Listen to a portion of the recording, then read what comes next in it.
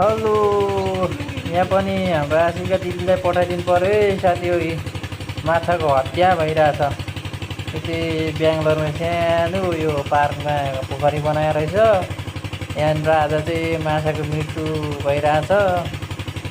पठाइदिनु पऱ्यो है साथी हो आशिका तामाङ दिदीलाई जताबाट पनि पहल गरेर हेर। माछा पुरै तर्पिरहेछ है। अब पानी सुकिसक्न आँट्यो। अब आशिका दिदीलाई यसो सम्पर्क गराइदिनु है साथी हो। यहाँ चाहिँ माछाको पुरै हत्या गर्दैछ भनेर बिचारा माछा आशिका तामाङले अब यो भिडियो त हेर्नु हुँदैन होला। यसो साथी हो देखाइदिनु है आशिका तामाङ दिदीलाई।